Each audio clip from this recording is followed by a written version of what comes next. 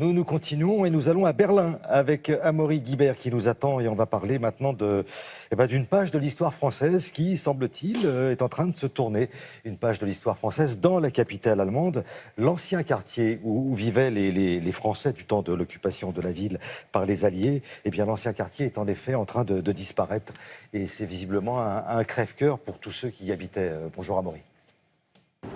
Bonjour à toutes et à tous. C'est en effet une page de l'histoire de Berlin qui est en train de se tourner et plus particulièrement une page écrite par les Français après-guerre dans la capitale allemande. Après la défaite de 1945, Berlin a été occupé par les Alliés et la France s'est retrouvée avec un secteur à gérer. Les militaires français et leurs familles ont été logés dans des immeubles qui étaient regroupés au sein de ce que l'on appelait la Cité Foch. C'était une ville dans la ville avec des noms de rues en français. Il y avait l'avenue Charles de Gaulle, l'avenue Montesquieu, il y avait des écoles, une piscine, un supermarché. Et puis, en 1994, les Alliés et donc les militaires français sont partis et la Cité Foch a peu à peu périclité. Les appartements se sont vidés, les immeubles n'étaient plus aussi bien entretenus. Certains bâtiments ont même été laissés à l'abandon, comme la piscine ou le supermarché. Depuis là, la mairie de Berlin a entrepris de rénover un petit peu le quartier, quitte à ce que certains bâtiments soient carrément détruits. Une transformation que les anciens de la Cité Foch vivent assez mal,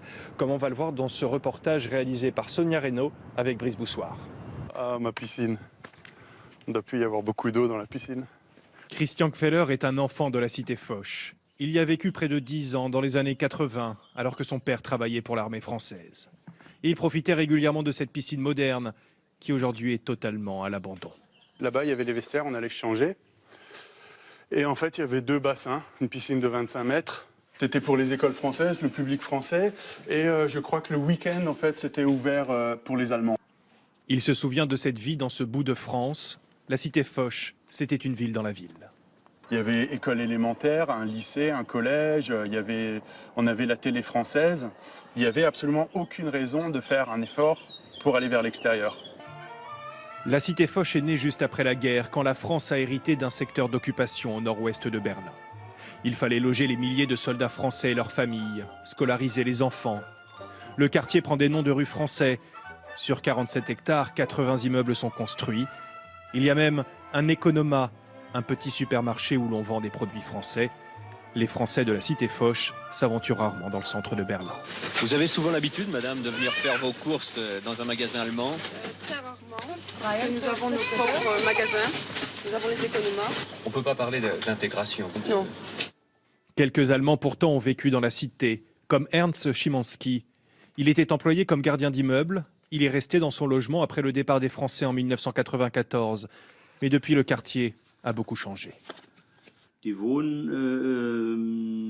La vie était agréable, mais quand les Français sont partis, le gouvernement allemand a tout repris.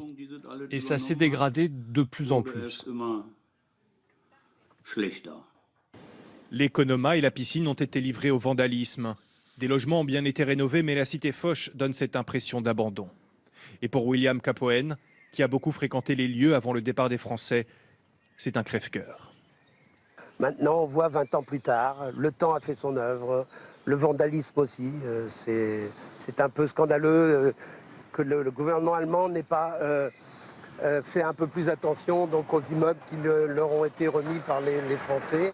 Après un feuilleton à rebondissement, une partie des bâtiments abandonnés a été rachetée par un promoteur qui va les détruire et construire à la place des logements une crèche.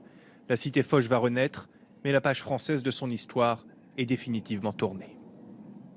Merci beaucoup Amaury Guibert en direct de Berlin. Et puis un petit salut amical à toutes celles et à tous ceux qui nous regardent justement un peu partout dans le monde.